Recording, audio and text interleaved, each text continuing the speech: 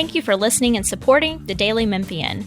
Sign up for one of our many free newsletters and breaking news alerts at dailymemphian.com/email to receive the latest local news stories impacting our community.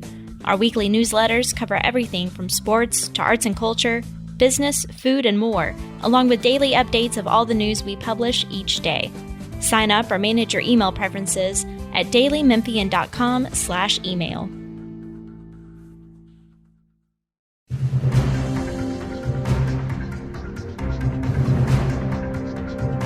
I'm Bill Dries with the Daily Memphian. This is one in a series of podcast interviews for our stories marking 50 years since the start of Plan Z busing for the racial integration of what was then Memphis City Schools.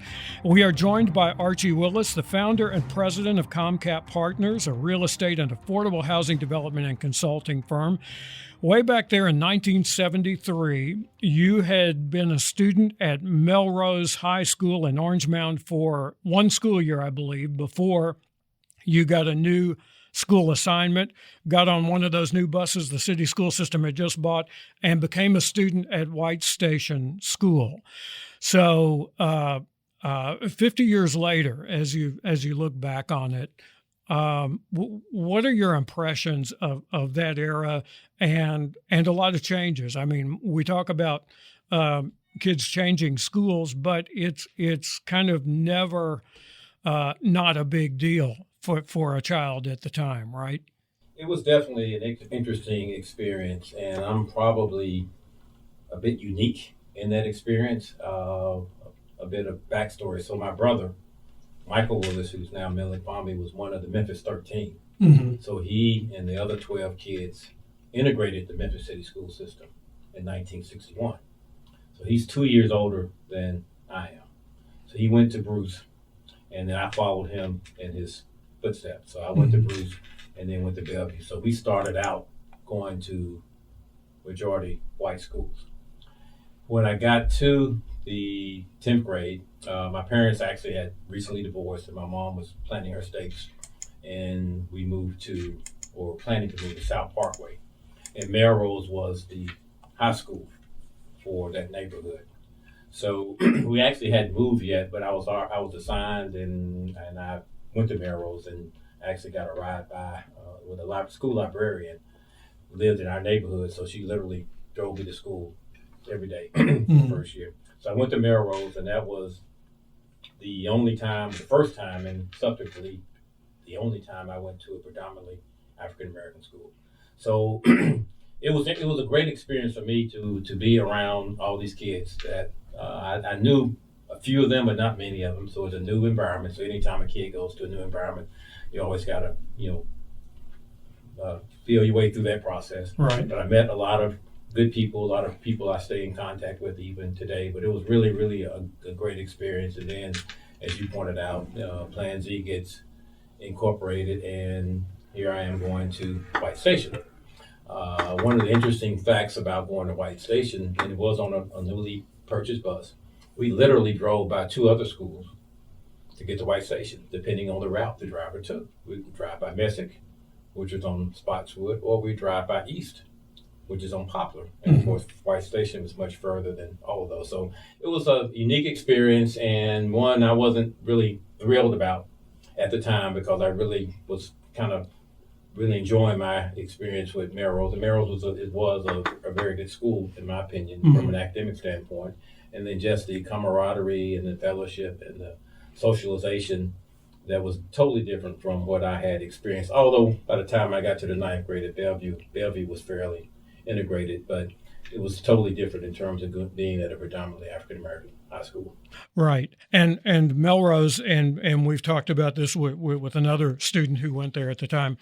Melrose had, of course, this historic basketball team going on at the time, which is sports, but also spilled over into the community. And New Melrose was under construction, probably just about complete at that time. And here we are 50 years later, and Old Melrose is being renovated as we speak, too. So let's talk a little bit about the comparison between the two situations that you were in, because this was integration on a larger basis, and Black students who came to predominantly white schools came in numbers that were sufficient that there was camaraderie available among Black students, even if white students were hostile to it, right? That's correct. And White Station, again, as I think about this, my experience was a bit unique.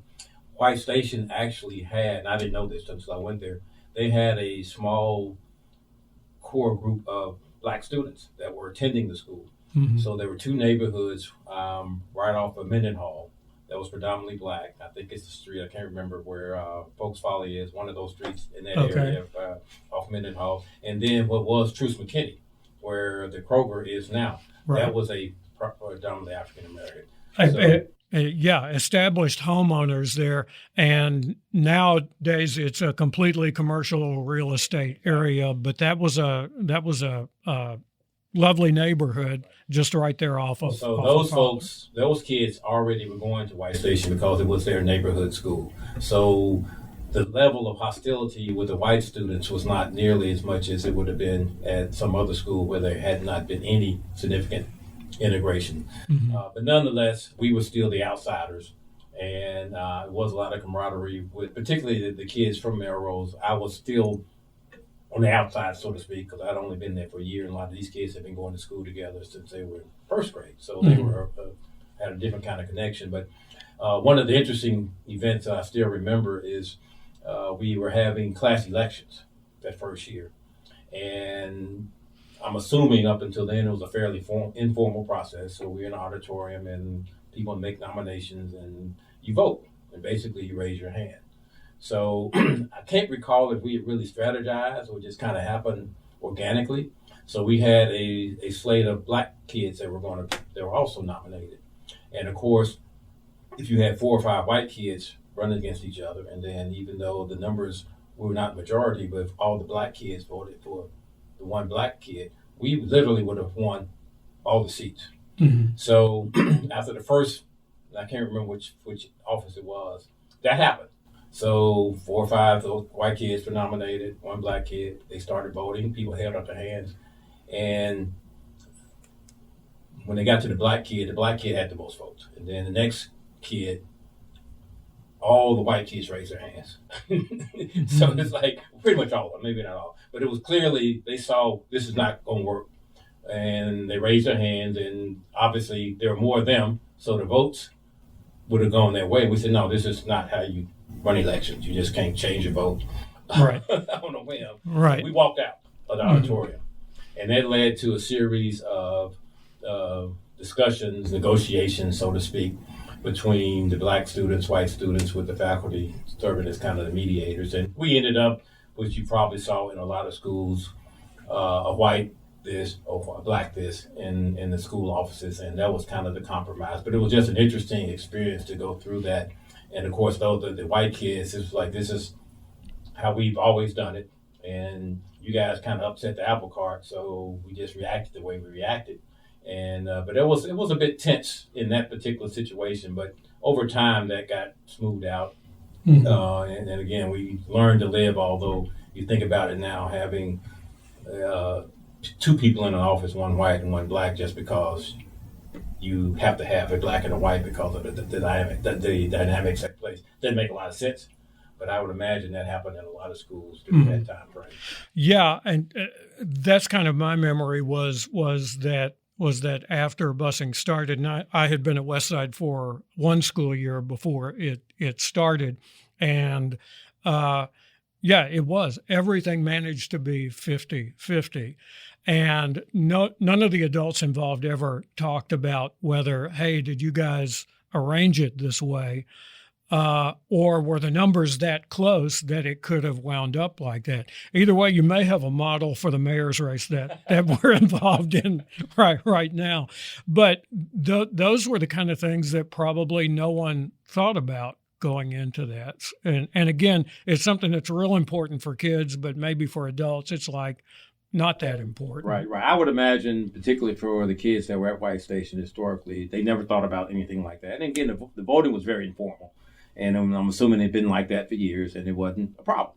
That's how they conducted those elections. And they counted the hands, and people were honest about, I voted for so-and-so, so I'm done. And then the next person, et cetera, et cetera. But it was clear that it was a very a reactionary voting effort when they clearly saw that strategy, that normal process was not going to end in the results that they were accustomed to seeing them end in. So when the two groups are talking this thing out, did it once you got past the tension, did each side become more understanding of the other, do you think? Or was it, it used to be that way, but you got to come off of that? I think it was different. More just recognizing that we can't do things the way we used to. The tension did ease over time. I'm sure a lot of those kids were not happy about the ultimate outcome. And again, if you think about it pragmatically, that's not how typically you would expect that kind of result. But it was probably the best outcome in terms of ensuring that there was some degree of civility and camaraderie throughout the school year. And of course, the officers ended up learning to work together, so it didn't create any issues there. So it was one of those things that I think over time people got comfortable with and just accepted it as being kind of the new normal. And even today, I mean, you hear stories about something like that happening in other places, not necessarily here because our demographics are so different now. In other schools where you end up with something like that. And it's not ideal, but it becomes an accepted practice. Right. So that's the situation at the school. What are things like when you're back in your neighborhood? Are you curious about what's going on in Melrose? Are the Melrose kids curious about what you're seeing? To some degree. And again, another unique aspect. So I lived on Parkway, and there's a median that runs through Parkway. The kids on the other side of my street were assigned to Central. So the kids that I knew and was closest to actually went to Central. Okay. And not to Melrose. And that was an interesting dynamic, too. Why you're on one side of the street, you go to Central. The other side of the street, you go to White Station. There was a set of apartments that are still there now. They've been renovated. And those kids all were assigned to White Station. So I got to know them because we literally just moved into the neighborhood. So we had to make friends there. So I still stayed in touch with the folks I met at Melrose, and still today consider myself to have a little bit of golden wildcat in me. And as you pointed out, the whole sports thing was that whole year when they went undefeated. That was a phenomenal thing that we all gravitate to in terms of being sports fans. And as you pointed out, also though, the Orange Mound community has always been very supportive of what Melrose was doing, even when they had not so good seasons, whether football or basketball, but very supportive of the sport. So there was a lot of pride there. So we ended up learning to navigate the situation. And I'm met a lot of folks at White Station that we became friends, and the kids that I went to school with, we would ride the bus every day, so we really got to know each other, and then we hung out socially as well. So it was still a lot of interaction with the kids at Melrose, and then again, from my perspective, it was more interaction with my neighbors, direct neighbors who were going to Central. Who were at Central, yeah. So your parents, as you mentioned, were active in the civil rights movement, in the vanguard of the civil rights movement in this city. How much were you picking up by osmosis about what was happening in court and the larger moves on this? Or were you just, okay, this is where I'm going to high school, I got to get used to this? I think I was certainly aware. It was a long time ago, so I'm trying to remember how aware I was. Because as you said, my parents were involved. My brother was one of the folks that integrated the school system. He had moved on and graduated by then. So we were aware of that. And for me, I probably became more aware when the judge ordered Plan Z, and I had the realization that, wow, this great experience I'm having at Melrose, all of a sudden it's going to end, and I'm going out to White Station. I resented it a little bit over time. I mean, it wasn't significant resentment, but at ease too. And what's also interesting is the house that I lived in, we still live in. I bought it from my mom, and she lived there until she passed. And my kids were living there too. They were actually assigned to White Station. They were born in the late 80s. So even then, when they were in the early 90s, when they were mid 90s, when they were going to high school, White Station was still the assigned school. And by that time, they had incorporated the optional school program, which was highly popular at White Station and very desirable. So that was a good thing from their perspective. They were in the optional program, but they were literally still assigned to White Station, 30 plus years after busing. So were they that aware of it? I mean, did you talk to them, or did they come up with any feelings about the assignment? Not really. I mean, they went to Peabody.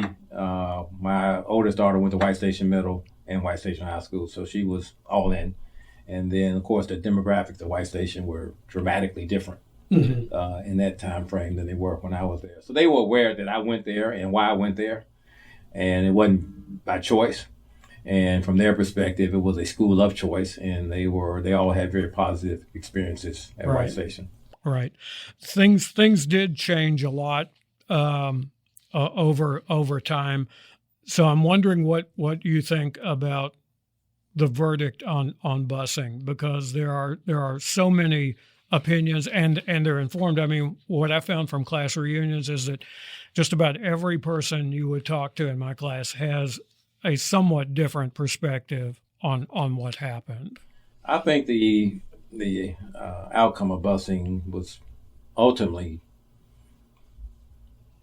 did the school district a disservice.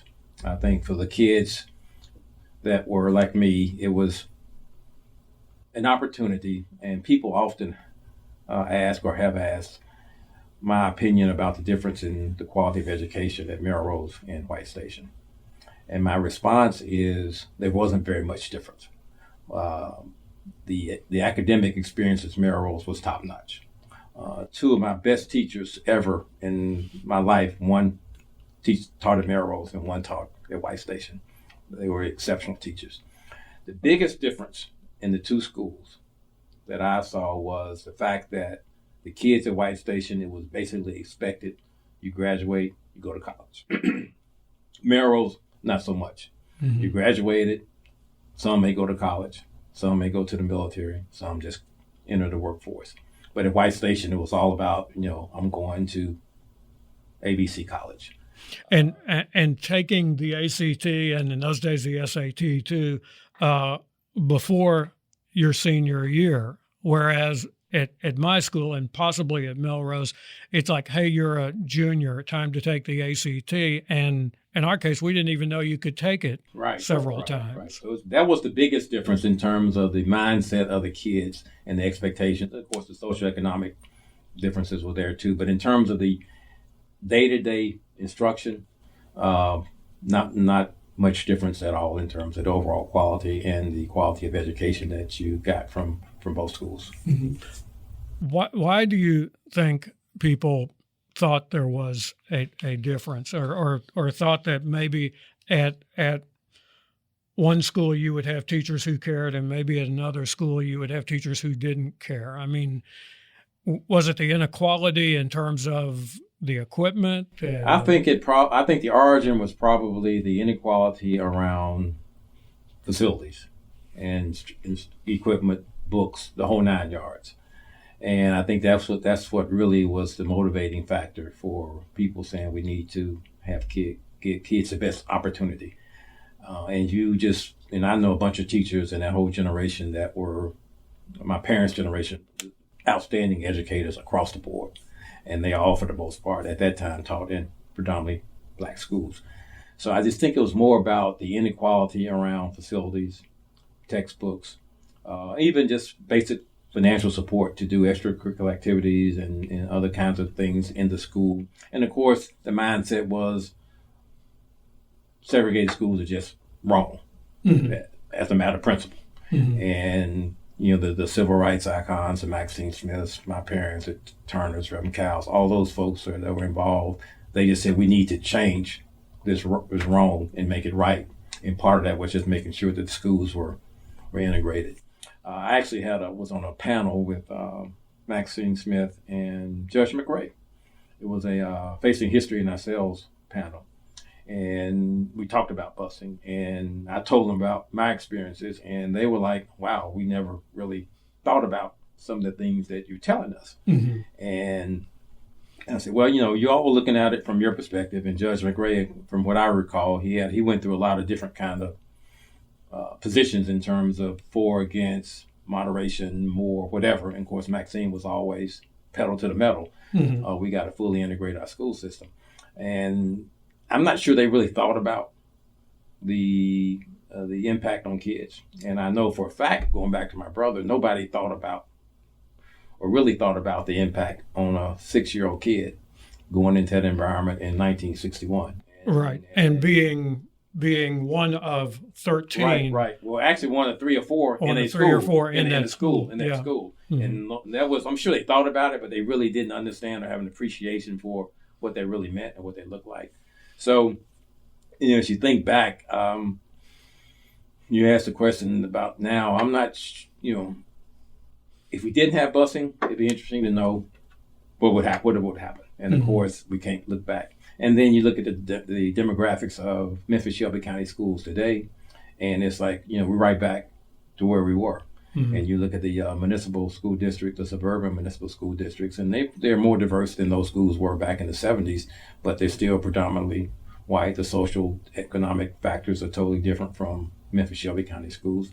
So in the long run, what did we really accomplish? And for kids like me who grew up in 2-parent households for the most part, both parents went to school, dad went to law school, I would have been fine wherever I went. For some kids, it probably made a big difference in terms of the being exposed to some things that they probably may not have been exposed to otherwise. Yeah. And of course, as you know, the majority of the white kids did not go to the black schools. And that was to the proliferation of the increase in enrollment for a lot of our private schools. A lot of new, basically faith-based schools were created. Many of them did not survive. Most of them didn't survive, but you still have a great number of those that are, some were there before and some created. And of course, but the enrollment really blossomed because those kids left the school system, white flight as they called it. So you ended up several years later with us back to a segregated school system, just spread out over the entire city as opposed to in neighborhoods. We talked a little bit about this before we started recording. You were on the Memphis City Schools Board in the mid-1990s, and I think this is not an official declaration by Bill Dries, but I think maybe you were the first adult who had ever been through busing who wound up on the school board. And the school board deals with contracts, deals with a lot of technical things, to the extent that maybe there's not that much of a chance to really look at the larger principles from one board meeting to another. Did busing ever come to mind when you were on the school board? Did you ever think, okay, now I've got one of 9 votes on this, maybe some things can change? It really wasn't a factor in our day-to-day agendas and the things we were deliberating on, but it goes back to what I said earlier about my kids. So my kids were in elementary school, middle school at the time, and they were still assigned to white stations. So there was some remnants of that there. But in terms of the discussions, there may have been a little bit of that because the charter school movement was just getting started then. So there was a lot of discussion around charter schools. So when you think about that discussion at that time, a lot of the concerns, the issues, the rationale behind charter schools was similar in terms of the rationale and thoughts and thought process behind busing, in terms of some people saying these schools are not doing a good job, our kids are not getting the best education possible, we need another option. So the option wasn't send them to another school, it was we're going to create this whole new way of creating schools through the charter system. So that was on the front burner back in the mid and late 90s, and I was only on there for a year, so I didn't really get an opportunity to get fully immersed in any of those kinds of discussions. But there were some similarities, I think, in terms of the underlying rationale for those people that were proponents of charters as it relates to the overall quality of education that particularly black kids were getting in at that time, Memphis City School. All right. That's where we will leave this part of our ongoing conversation with that. We have been talking with Archie Willis about Plan Z 50 years later. I'm Bill Dries, and this is the Daily Memphian.